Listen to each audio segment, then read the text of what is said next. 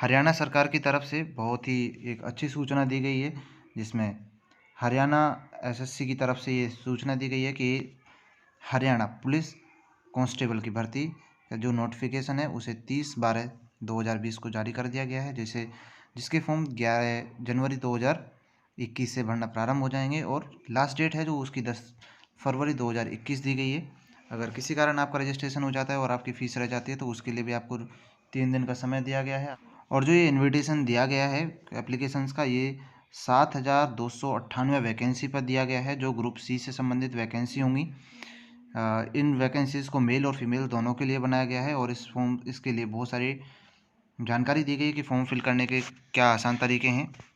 इसी तरह से आगे जानकारी दी गई है कि इस पोस्ट के लिए इस भर्ती के लिए क्या पोस्ट होंगी और क्या क्वालिफिकेशन होंगी। जो पहली पोस्ट है उसमें मेल्स के लिए जनरल ड्यूटी के लिए ये नोटिफिकेशन दिया गया है। उसके बाद है कैटेगरी 2 जिसमें पोस्ट है फीमेल्स के लिए 1100 वैकेंसी हैं जनरल ड्यूटी के लिए। और उसके बाद आती है कैटेगरी 3, इसमें 698 फीमेल्स की हैं, ये HAP दुर्गा 1 इस तरह से हैं। और इसमें क्वालिफ़िकेशंस जो दी गई हैं, आगे आगे हम क्वालिफ़िकेशंस देखते हैं कि किस तरह से क्वालिफ़िकेशन दी गई हैं। क्वालिफ़िकेशंस में अगर हम देखें तो क्वालिफ़िकेशंस को जो दिया गया है तीनों कैटेगरीज़ के लिए, उसमें आपको 12th पास होना ज़रूरी है। किसी भी बोर्ड से 12th पास होना ज़रूरी है और उसके साथ ही तुम्हारे पास मैट्रिक्स में यानी कि 10th में तुम्हारे पास हिंदी या संस्कृत इनमें से कोई एक सब्जेक्ट का होना भी ज़रूरी है।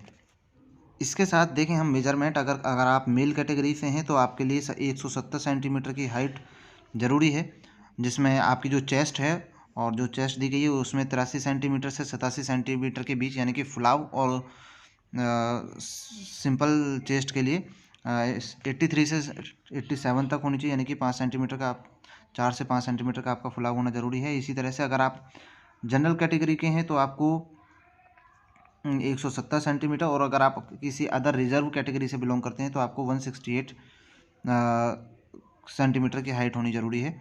इसी के साथ इसमें जो चेस्ट में भी छूट दी गई है 81 से 85 यानी कि 4 सेंटीमीटर का फुलाव इसमें भी ज़रूरी है। फीमेल्स के लिए अगर हाइट देखें हम तो फीमेल्स में जो हाइट दी गई है 158 दी गई है। और इसी तरह से अगर फीमेल्स में भी अगर आप अदर कैटेगरी से किसी रिजर्वेशन कैटेगरी से बिलोंग करते हैं तो 156 सेंटीमीटर की हाइट होनी आपकी बहुत ज़्यादा ज़रूरी है।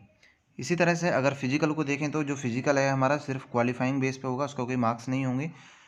एज रिलैक्सेशन देखें तो 18 से 25 साल की उम्र होगी और इसमें जो डेट जो काउंट होगी 1/12/2020 की हिसाब से मेजर होगी।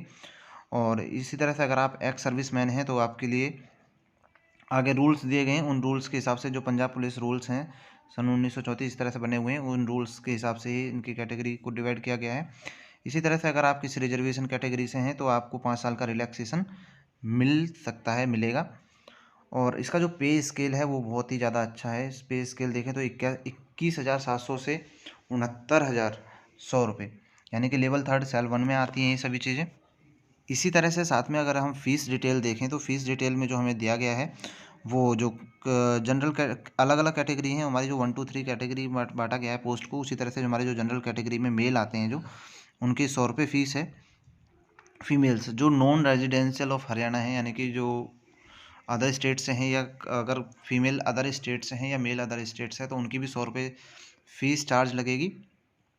और इसी तरह से अगर आप रेजिडेंशियल हैं आप हरियाणा के तो आपको 50 रुपये फ़ीस देनी होगी, ठीक है। यानी कि अगर आप अदर स्टेट से हरियाणा पुलिस का फॉर्म भर रहे हैं तो आपको 100 रुपये चार्ज देना होगा, चाहे आप मेल हो या फीमेल हो। लेकिन अगर आप हरियाणा की गर्ल्स हो तो आपको 50 रुपये चार्ज देना होगा, चाहे आप जनरल कैटेगरी से हो। इसी तरह से अगर आते हैं रिजर्वेशन वाले में तो रिजर्वेशन वाले में जो मेल्स हैं उनके लिए 25 रुपये फ़ीस है और जो फीमेल्स हैं उसमें 13 रुपये फ़ीस है, यानी कि अदर फॉर्म से बहुत ही कम फ़ीस रखी है। इसी तरह से अगर हम देखें तो एक्स सर्विसमैन के लिए कोई भी फ़ीस चार्ज नहीं रखा गया है। इसी के साथ अगर हम आगे देखें तो जो सिलेक्शन का जो क्राइटेरिया दिया गया है और उसमें जो एग्जामिनेशन में क्या होगा और क्या सिलेबस है, इस तरह से अगर हम वेटेज देखें तो इसमें दिया गया है कि एक सबसे बड़ा चेंज है इसमें कि जो हमारे जो क्वेश्चंस होंगे वो ये हर कोई 80 मार्क्स का जो पेपर होगा हमारा पूरा का पूरा ऑब्जेक्टिव क्वेश्चन होगा, जिसमें क्वेश्चन तो हमारे 100 ही आएंगे इसमें क्वेश्चन तो हमारे पूरे के पूरे 100 ही रहेंगे, लेकिन इसमें एक चेंज है कि हमारा जो एक क्वेश्चन है वो 1 नंबर का नहीं होगा, हमारा वो क्वेश्चन 0.80 मार्क्स का होगा। और इसे करने के लिए आपको 90 मिनट मिलेंगे। अगर आप कोई सही क्वेश्चन करते हैं तो आपको पूरे के पूरे मार्क्स मिलेंगे, यानी कि 0.8 मार्क्स मिलेंगे। अगर आप कोई नेगेटिव अगर गलत कोई क्वेश्चन करते हो तो उसके लिए आपको कोई नेगेटिव मार्किंग नहीं होगी, ठीक है। यानी कि जो गलत क्वेश्चन होगा उसके लिए कोई आपको चार्ज नहीं लगेगा सभी कैंडिडेट्स के लिए। और इसी तरह से अगर हम एग्ज़ाम को देखें तो एग्ज़ाम हमारा बाइलैंग्वेज होगा, यानी कि हिंदी और इंग्लिश दोनों में आने वाला एग्ज़ाम है ये। इसी के साथ अगर हम इसका सिलेबस देखें तो सिलेबस भी बड़ा अच्छी तरह से सिलेबस को डिफाइन किया गया है। सिलेबस में जनरल स्टडीज़ के क्वेश्चंस आएंगे, उसके बाद जनरल साइंस के आएंगे, करंट अफेयर, जनरल, और इसके साथ में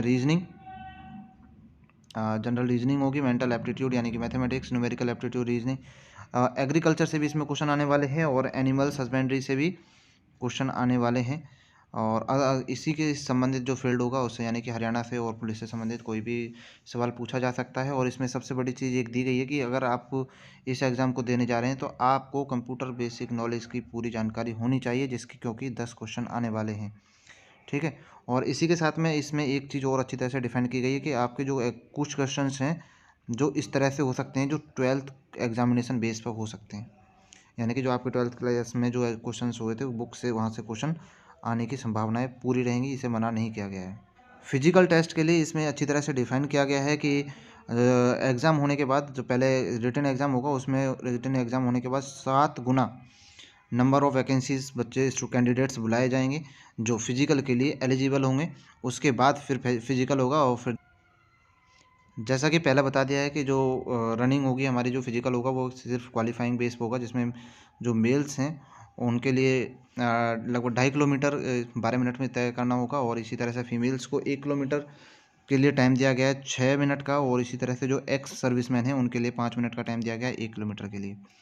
तो फिजिकल भी ज़्यादा हार्ड नहीं है, अगर आप क्वालिफाई कर जाते हैं तो आप बड़े आसानी से क्वालिफाई कर लेंगे फिजिकल को भी, अगर टेस्ट हो जाता है तो। इस एप्लीकेशन फॉर्म में एक सबसे बड़ी बात यह है कि इसमें क्वालिफिकेशन के हिसाब से भी आपको 10% का वेटेज मिलेगा, यानी कि अगर जो कांस्टेबल है उसके लिए अगर आपने ग्रेजुएशन किया हुआ है तो आपको 4 नंबर, और अगर आपने पोस्ट ग्रेजुएशन यानी कि पीजी किया हुआ है तो आपको 3 नंबर, यानी कि 7 नंबर का वेटेज आपको मिलने वाला है। इसी तरह से अगर आपने एनसीसी किया हुआ है तो आपको 3 नंबर का वेटेज मिलने वाला है। अगर आपके पास ए लेवल है तो 1 नंबर, बी है तो आपके पास 2 नंबर, और सी से अगर आपने एनसीसी को किया हुआ है तो आपको 3 नंबर का वेटेज मिलने वाला है।